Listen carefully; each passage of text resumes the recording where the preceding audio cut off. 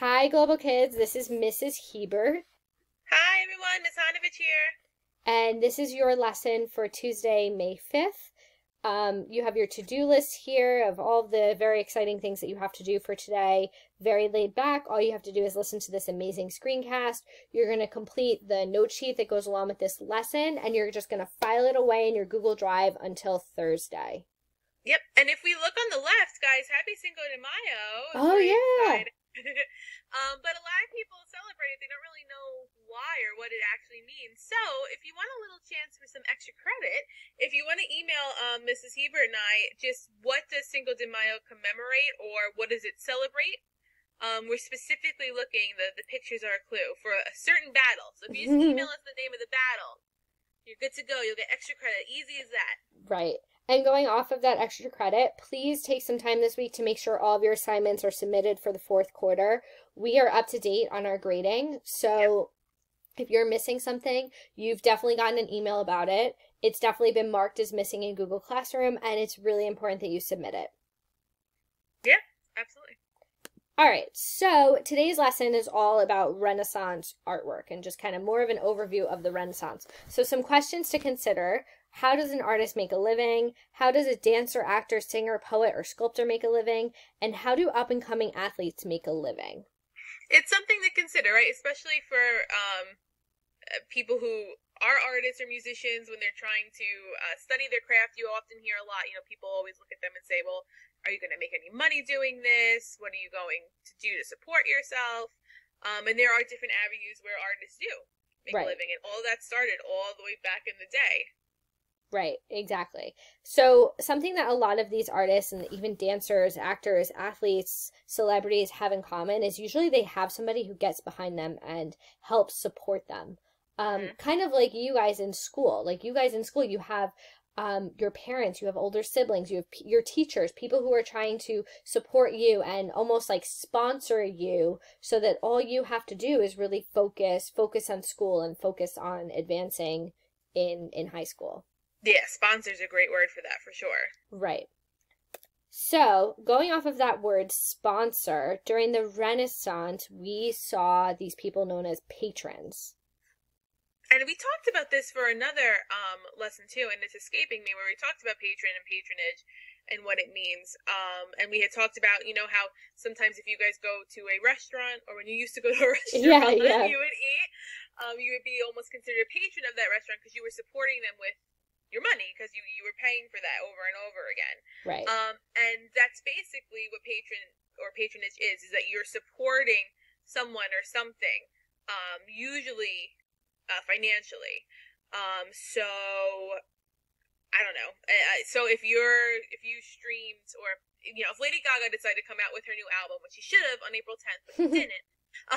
Everyone who streamed that album, everyone who would have bought the album, they would almost be considered patrons because they helped support it financially. Now, Lady Gaga doesn't know my name, obviously, but she certainly knows her record label's name, who really were the ones who were to support her and to push her on this. So that's kind of an example of patrons. Right. And during the Renaissance, similarly, they had these patrons, people who were basically just sponsors for these artists. So people, really, really wealthy families that would say, all right, Leonardo da Vinci, here's some money, here's your paintbrushes, here's your canvas. All you have to do is paint. Don't worry about paying your bills, don't worry about anything else. Just focus on painting. I mean, that's pretty cool. Yeah, that's right? like an artist's dream. Like, yeah. Like, here's everything you need. You just go do your craft and let us see it when you're right. done. And just give it to us when you're done. It's the same thing as athletes, like we were talking about before. Now, as far as the pictures on here, these are just different scenes from around Florence and Rome where you can actually see there's like plazas and buildings that are named after some of the more famous patrons, like the Medici family. They were big patrons of the arts. Yeah, especially in Florence, right? Right. And speaking of with that, so here are just two videos that I thought were kind of fun because we actually do see Renaissance references all the time. So on the left, I found this video of a Minecraft build. It's incredible to watch. So they use the Renaissance server, which I haven't played with yet, but I've heard really cool things about. This building, watching the time lapse of when they actually create this, it's nuts. I'm still trying to figure out how to work redstone, so I can't even imagine ever building something like this. It's crazy. And then on the right is a really cool video from Assassin's Creed 2. I don't know how many of you guys know that game or played that game. That Oh was wait, out this is they jump like from the rooftops. Yes. Okay, so I do know this one. I played this game when I was in high school. It was like my second favorite game of all time in high school. I loved it. And it's actually like super accurate in terms of history and like setting. So on the right, it's cool. This guy who went to Florence to take pictures of the landmarks that were in the game to see how close they got, and it was really, really pretty close. And that's what we thought of with Medici when Miss Hebert said that. That's a big part of that game as well, so that's pretty cool to look at. And you get to meet Da Vinci, and it's really cool to like talk to the figures. And if we go to the next slide, you will see that Assassin's Creed 2 is actually free today. So May 5th is the last day to grab it free. So if you've never played it before and you want to give it a shot, click that link. It'll tell you how to get the game for free. It's pretty cool. And then, look, Miss Hebert, that's him jumping. Yes, that's what okay, so that's what I recognize, yeah. So I am up to date on that one, but not Minecraft. Bad movie. Great game. Bad movie. That's great. Some Renaissance facts. All right, so those rooftops, actually, a lot of them come from Florence. Yeah. Particularly one of the more famous Renaissance buildings in Florence is the Duomo. Also, just some other, I feel every year some kids really like the artwork, some kids are not into it. So we're going to do a little bit of both, but I consider myself really fortunate because I have gotten to see some of this Renaissance art and some of this architecture in person. So this is a picture of my husband and I. We got to see the Trevi Fountain, which has a lot, so it is an example of Renaissance artwork. And when we get to some of the details of the artwork, we'll talk about some of what you see in the background here and all the details that you see in the background. Awesome. All right, so let's talk a little bit more about Renaissance. We talked about the intro last time, so by now you all should know that Renaissance is another word for rebirth, and it's talking about all the different changes that happened from the Middle Ages to this time in history. Intellectual, art, economic, a big cultural shift basically happened due to the Renaissance. And if you go to your note page, you're just going to write that down in the box that says Renaissance under European Renaissance. Right. So one of the more important questions during the Renaissance is, where did it start and why did it start here? So it started in Italy, particularly right in the north. So if you look at this map, you'll see we've got Milan, Venice, and Florence circled. So those were cities that became like the hub for the Renaissance. And what happens is it starts there, spreads throughout Italy, but then also spreads into Northern Europe. But they have their own Renaissance. It's a little different than the one that started in Italy.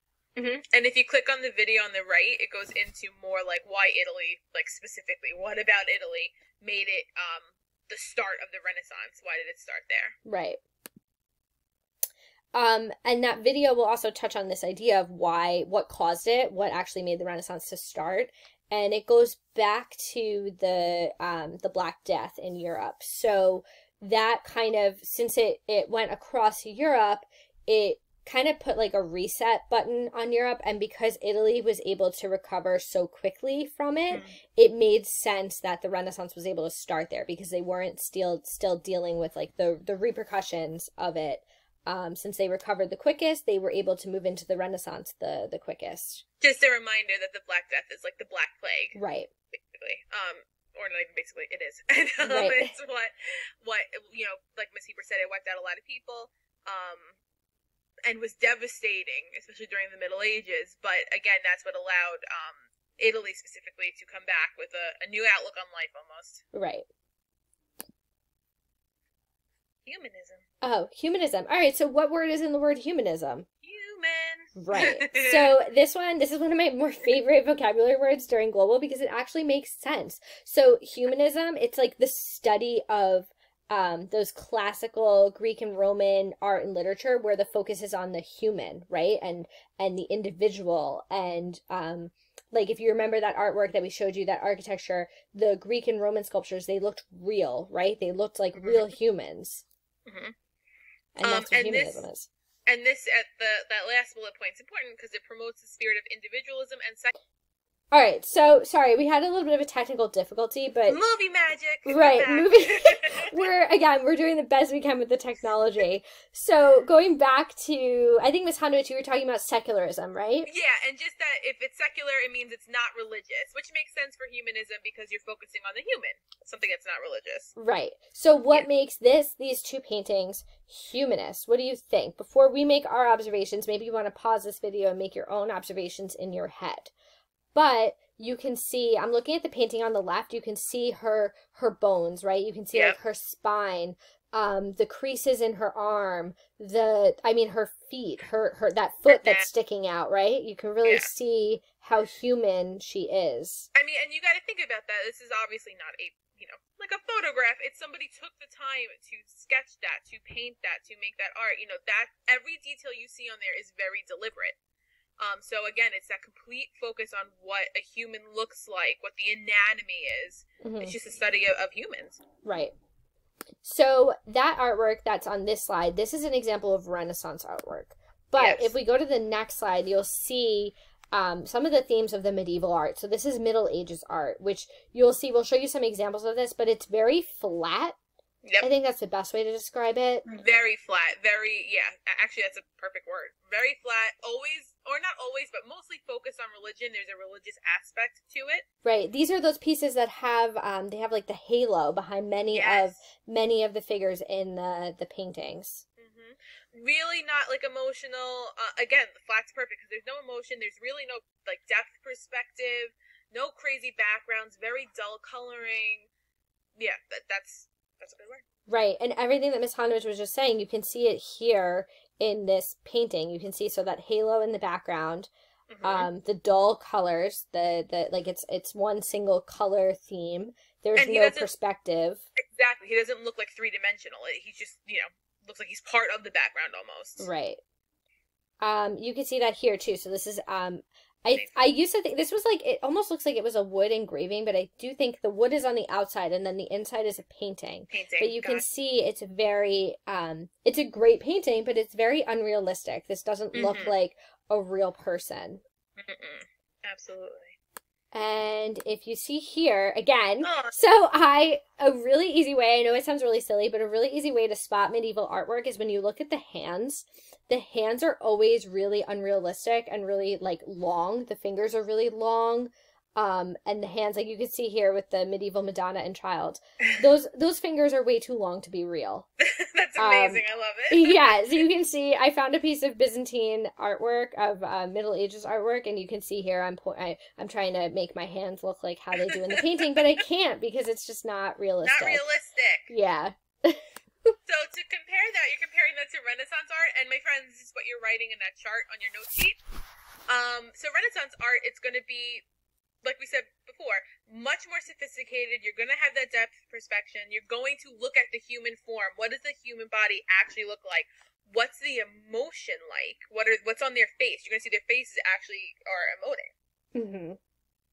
And you can see that again if you go through this slide number 18 shows you like that perspective and the use of linear perspective and how you can see in front of the focal point, behind the focal point. You can see all of the different pieces.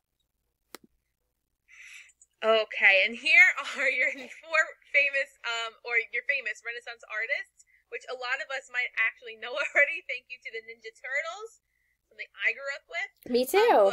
Yeah, right? So Donatello, Leonardo da Vinci, Michelangelo, Raphael, those are the ones that you always hear about, and rightfully so, because they were the most influential in terms of the Renaissance. Right. And we also have Botticelli on the bottom. Right. So what we want you to do next, on your own, spend some time. You can see slides 20 through, I think, 35. There's all different examples of Renaissance artwork. Find one that you like, take a look at it and compare it. What parts of Renaissance, what characteristics of Renaissance artwork do you see in that sculpture that you look at or that painting that you're looking at? And, we do encourage you to look through because they are gorgeous. And as always, if you see one that you really like, look it up. I mean, there's plenty of pictures online of all this Renaissance art and architecture. Right. There's also a lot of meaning behind the figures in much of this artwork. There I am. Yeah. Yep. All right. That's all I got. So, yeah, if you guys have any questions, feel free to email us. Again, spend some time going through the artwork. Make sure you're up to date on all of your assignments. Yeah. We miss you. Yeah, we miss you a lot. We miss you all. We hope you had a good Star Wars day. We hope you have a fun Cinco de Mayo. Yes, hopefully the 4th was with you. Yeah. Did I do that right? Yeah? You did it excellent. All right. Bye, guys. Bye, everybody.